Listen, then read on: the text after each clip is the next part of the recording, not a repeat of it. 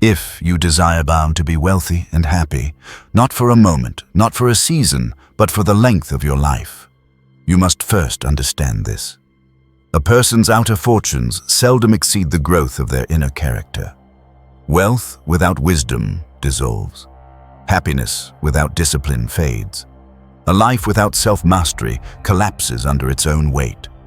Therefore, do not chase riches or applause or reputation as if they are the roots of a good life. They are branches, useful, yes, but unable to stand without the trunk. Work harder on yourself than you do on your job, on your habits, or on your ambitions.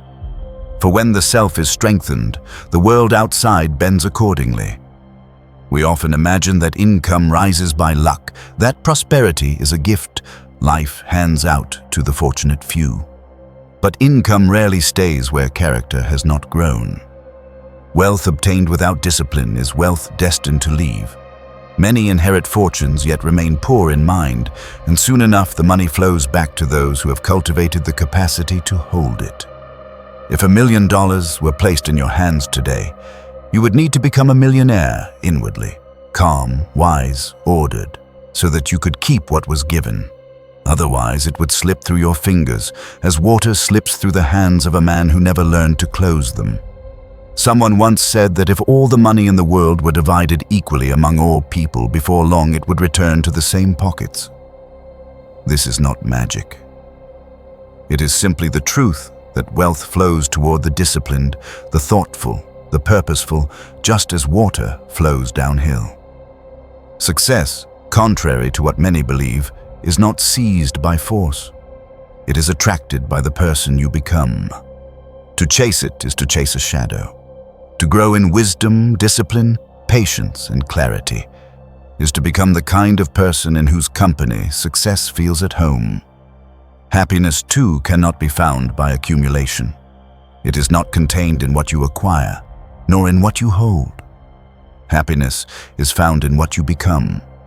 It is a natural consequence of a well-ordered soul, of a person who acts with intention, lives with principle, and seeks mastery over desires, fears, and weaknesses.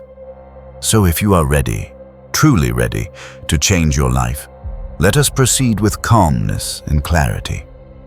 Let us speak of the steps that lead to quiet prosperity, lasting contentment, and the kind of wealth that does not vanish. There are 3 steps, simple but not easy. They shape the mind, the habits, and the path of any person who wants to rise. Step 1. Seek to understand how life works. Most people rush through the world without ever pausing to study it. They imagine problems arise from luck or from others or from circumstances. But what holds most people back is not a lack of opportunity. It is a lack of insight. When I was young and struggling, I once said, "I don't have any money." A wiser man replied, "That is not your problem. The problem is that you lack an idea. With one good idea, the money will come." I had always believed the lack of money was the problem, but he was right. Poverty of the mind always precedes poverty of the pocket. Everything changes with a new thought, a new perspective, a new way of seeing. If you wish to transform any part of your life, begin with understanding. Ignorance is more expensive than effort. Confusion is heavier than discipline. Life punishes the unprepared and rewards the aware. So study the things that matter. If you wish to be successful, study success. If you wish to be happy, study happiness. If you wish to be wealthy, study wealth. If you wish to have peace, study peace. Do not leave your future to chance. Do not go through each day with fingers crossed, hoping circumstances will shift. Hope is useful, but it is not a strategy. Understanding is. Become a lifelong student of reality, your own and the world's. Observe, question, reflect, learn. Truth is not hidden, but it must be sought with sincerity. Reading, the daily food of the mind. One of the simplest, most powerful ways to become wiser is to read. Those who rise in life are readers, not because books are magical, but because they contain the distilled experience of thousands of lives. There are books on strength of character, books on leadership, books on discipline, books on shaping the mind, books written by those who began with less than you have and achieved more than you can imagine. It is astonishing how many people desire success, yet refuse to read even a few pages a day. How would one explain this refusal to nourish the mind? No one asks you to read for half the night. Dedicate 30 minutes a day. 30 minutes of disciplined reading is a quiet act of rebellion against stagnation. Do not read aimlessly. Read with purpose. Seek what challenges your thinking. Seek what sharpens your judgment. Seek what calls you to higher ground. A single book may save you 5 years of struggle.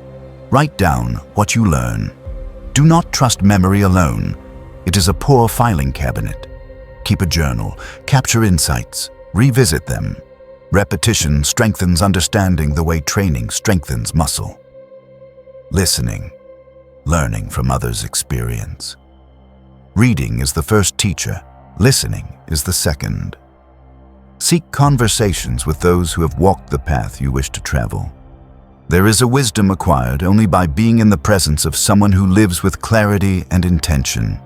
Their tone reveals their discipline. Their calm reveals their strength. Their manner reveals their habits. You can learn from the successful and from the unsuccessful. Study both. Learn what successful people do repeatedly. Learn what unsuccessful people neglect consistently. If a person is doing well, pay attention. If they are struggling, pay attention. Both teach. Both warn. But most people do not listen. Pride blinds the ear. Ego refuses instruction. Fear hides behind opinions. Be different.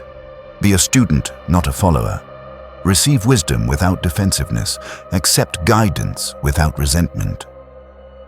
Observation, the quiet teacher. The world reveals its order to those who watch. Observe how disciplined people speak. Observe how wise people respond. Observe how calm people behave in storms. Observe how the prosperous use their time. Observe how the disorganized drift without intention. Success leaves clues. Even the way a person walks can tell you something about their inner life. Their posture, their pace, their presence. They reflect what the person has repeatedly practiced. Observation sharpens insight. Insight reshapes the mind, and the mind shapes the future. Sight and insight. There are 2 ways to see. One is with the eyes, the other is with the mind. Sight shows you the world as it appears. Insight shows you the world as it is. Sight without insight leads to confusion. Insight without action leads to stagnation.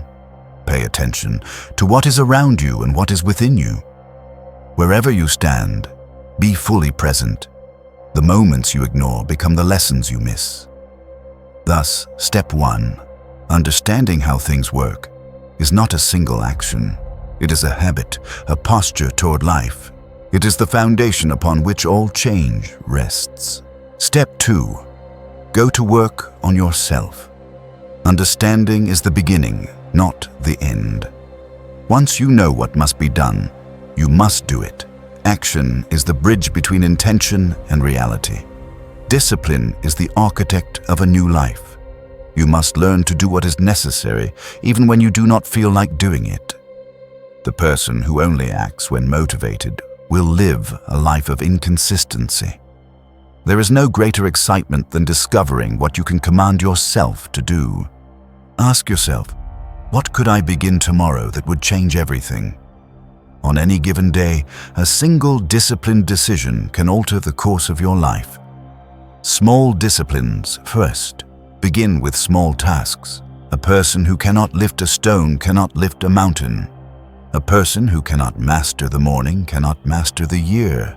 Small disciplines performed daily grow into great strengths. They develop the muscle required for larger challenges. Make a list of what you can do now. Do not be discouraged by what you cannot yet do. Attend to what is within your control. Do the small tasks thoroughly. Do them consistently. Do them with a quiet, firm spirit. A person who cannot manage small responsibilities will collapse under greater ones, but a person who is faithful in small matters becomes powerful in large ones. Self-motivation, the only kind there is. Many wait for others to push them, encourage them, or ignite them. This is dangerous. What if no one comes? What if your encouragement arrives late? What if your inspiration weakens? You must become the source of your own movement. Do not outsource the fire of your life. Do not rely on the winds of motivation. Rely on your will. Learning that does not lead to action becomes foolishness. Action without wisdom becomes recklessness. But wisdom followed by disciplined action becomes wealth, material, emotional, spiritual. Step 3. Do not try to beat the system of life. Every path has principles. Every endeavor has natural laws. Every success has a structure.